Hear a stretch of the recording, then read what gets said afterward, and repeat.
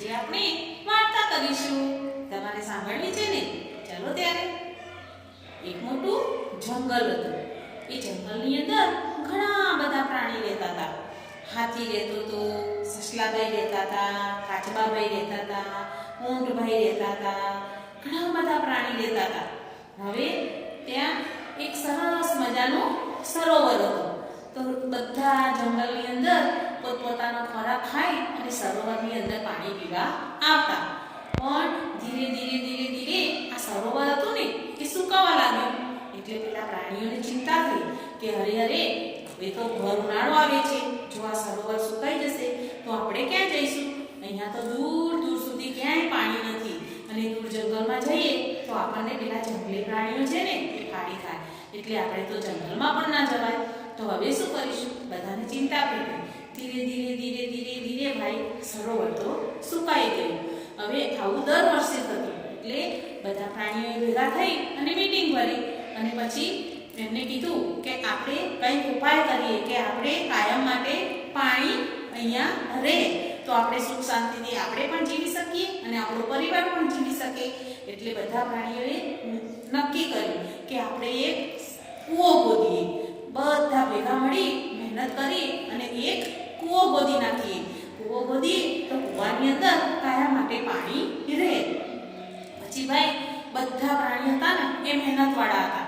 પણ એમાં એક જંગલમાંથી એક શિયાળ આવતો. રોજ આ સરોવરની અંદર પાણી પીવા આવે. એટલે બધા પ્રાણીઓએ શિયાળને કીધું કે શિયાળભાઈ જો તમારે કાયમ માટે અહીંયા પાણી પીવા આવવું હોય તો તમારે અમારી સાથે આ કૂવો ખોદવાની મહેનત કરવી પડશે. એટલે પેલો શિયાળ હતો ને એ મોઢું બગાડી અને એ તો જંગલમાં જતો રહ્યો.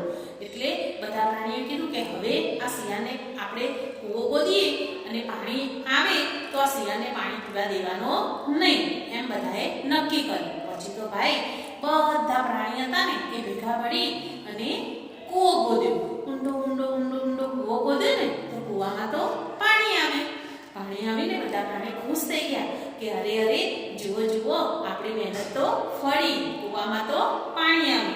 પછી બધા ખુશ થઈ ગયા, નાચવા લાગ્યા, કૂદવા લાગ્યા કે હવે આપણે ક્યાંય જવું પડશે નહીં. પછી ભાઈ થોડા દિવસ તો આમ ને આમ ચાલ્યું પણ બીજા પ્રાણી આવી અને અંદર પાણી પી જતા હતા. એટલે પેલા જે ત્યાં રહેતા હતા ને એ બધા પ્રાણીઓ વિચારવા લાગ્યા કે ભાઈ પાછી મીટિંગ કરો કે આવી રીતે જો કૂવાનું પાણી બીજા પ્રાણી અહીં પી જશે તો આપણે તો આમના કૂવો પણ ખતમ થઈ જશે. તો શું કરીશું? એટલે પછી બધા પ્રાણીએ નક્કી કર્યું કે આપણે કૂવાની ચોકી કરવાની. બધાએ વારા પરથી રોજ એક જણને ચોકી કરવાની. એટલે બધાએ નક્કી કર્યું કે ભલે ત્યારે આપણે હવે ચોકી કરીશું. તો પહેલો વારો કોનો આવ્યો? સસલાભાઈનો. તો સસલાભાઈને કૂવાની ચોકી કરવા માટે ત્યાં બેસાડી દીધા અને કીધું કે તારે રાતે અને દિવસે તારો જે વારો આવે એટલે તારે અહીંયા ચોકી કરવાની. કોઈ પ્રાણીને અહીંયા પાણી પીવા દેવાનું નહીં. જે જંગલના બહારથી જે પ્રાણી આવે એમને કોઈને પીવા દેવાનું નહીં. સસલાભાઈ કે ભલે.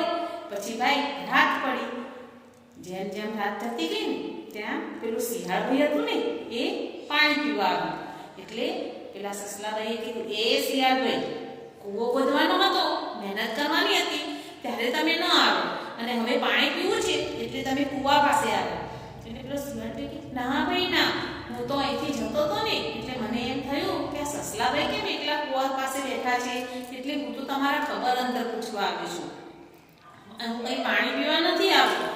તો કે ઠીક છે પણ હું છે ને કે શિયાળભાઈ પેલા સસલાભાઈને કીધું હું તમારા માટે બદામ લાવ્યો હતો. તો પેલા સસલાભાઈ તો ભાઈ એની વાતોમાં આવી ગયા. બદામનું નામ સાંભળ્યું ને એટલે સસલાભાઈને તો મોઢામાં પાણી આવી ગયું. એટલે સસલાભાઈએ કીધું તો લાવ બદામ ક્યાં છે? તો કે હું ત્યાં પેલી જાળીમાં મૂકીને આવ્યો છું તો તમે જઈ અને ખાઈ આવો. એટલે પેલો સસલો તો છે ને એને તો થઈ ગયું કે ગામને જઈ અને બદામ ખાઈ અને તરત પાછો આવું. તો પછી સસલાભાઈ તો જાળી તરફ ગયા અને સાચે બદામ તો હતી. 2 બદામો પેલા શિયાળભાઈએ ત્યાં મૂકી હતી. પેલા સસલાભાઈ બદામ ખાય ને ત્યાં સુધી શિયાળભાઈએ પાણી પી લીધું અને ભાઈ શિયાળભાઈ તો એમના રસ્તે જતા રહ્યા અને સસલાભાઈ તો બદામ ખાઈને પાછા આવી ગયા. પણ ભાઈ સવાર પડી ને એટલે શિયાળભાઈના પગ પેલા રેતની અંદર કૂવાની પાસે દેખાયા.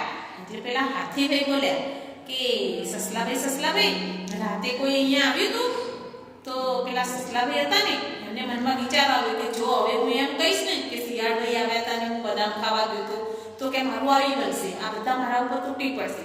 એટલે સસલાભાઈ ખોટું બોલ્યા કે ના ભાઈ ના, હું તો પણ અડધી રાતે છે ને મારી આંખ લાગી ગઈ હતી, કોઈ આવ્યું હોય તો કંઈ ખબર નથી એમ કરી અને સસલાભાઈ તો ખોટું બોલ્યા.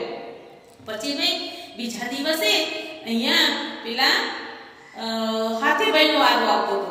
એટલે હાથીભાઈ કે હવે હું અહીંયા ચોકી કરીશ. એટલે પેલા કાચવાભાઈ હતા ને એ બોલ્યા કે ના ના હાથીભાઈ તમે અહીંયા રહેવા દો, હું આજથી આ કૂવાની ચોકી હું કરીશ.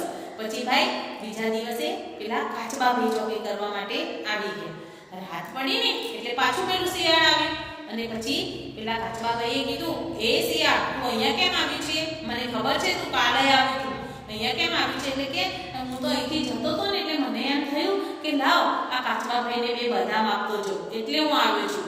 તો કે ના ભાઈ ના, કાચબાને ખબર પડી ગઈ કે આ શિયાળ કાલે આ પેલા સસલાભાઈને ઉલ્લુ બનાવી અને પાણી પીને જતા રહ્યા છે.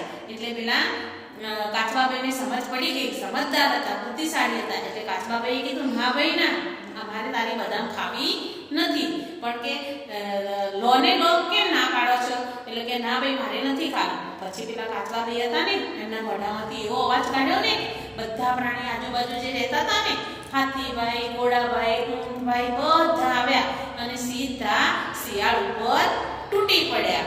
એટલે શિયાળ તો જાય ભાગ્યા જંગલ છોડીને એમના જંગલમાં જતા રહ્યા. દૂર દૂર સુધી બધા દોડતા એમની પાછળ ગયા અને એમને ઘાયલ પણ કરી દીધા હતા. તો પેલા તો લંગડાતા જતા રહ્યા અને વળી પાછા અહીંયા કૂવા સુધી કોઈ દિવસ દેખાયા નહીં. એટલે ભાઈ કૂવાને અને કાચબાને બંનેને સંબંધ વચ્ચે તમે જોયું, જ્યાં કૂવો હોય ને ત્યાં કાચબાભાઈ તો હોય જ. એટલે કૂવાની ચોકી કોને